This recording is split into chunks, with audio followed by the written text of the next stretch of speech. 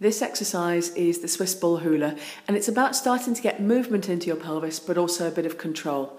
So what Hayley's going to start with is some pelvic tilting forwards and back. So you can see she's going to imagine that her pelvis is a bowl that's absolutely full of water, and she's just gently sloshing the water out of the back of the bowl and then out of the front, and out the back and out the front.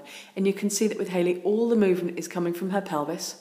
She's keeping her upper body relatively still so that she's really getting control of that pelvis.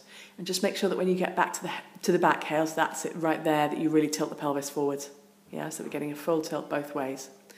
And really I want you to go as far as you can comfortably manage. So a little bit of discomfort is okay, but you must be able to relax as you do it. If it's too much and you can't relax, then you're doing too much and you just need to reduce the amplitude a little bit. Good.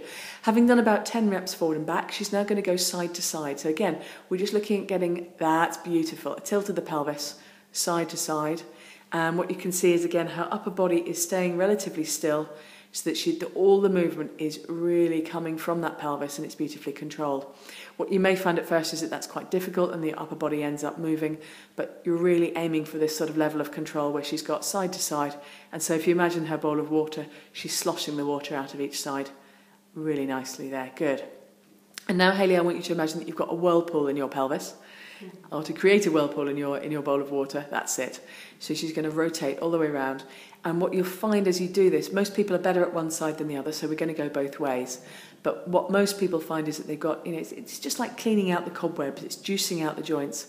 And can you feel in there, Hayley, that you've got, one area that's a little bit tighter, or one way around that's easier? Yeah. Which way is easier for you?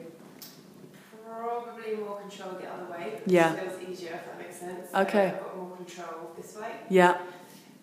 Less control this way. And so most people are slightly asymmetrical. And so it's just really worth practicing doing this in both directions because you get different forces going through the pelvis. And so the more you can practice and the more you can get this symmetrical, the easier it will be and the better control you'll have of your back, hips and pelvis.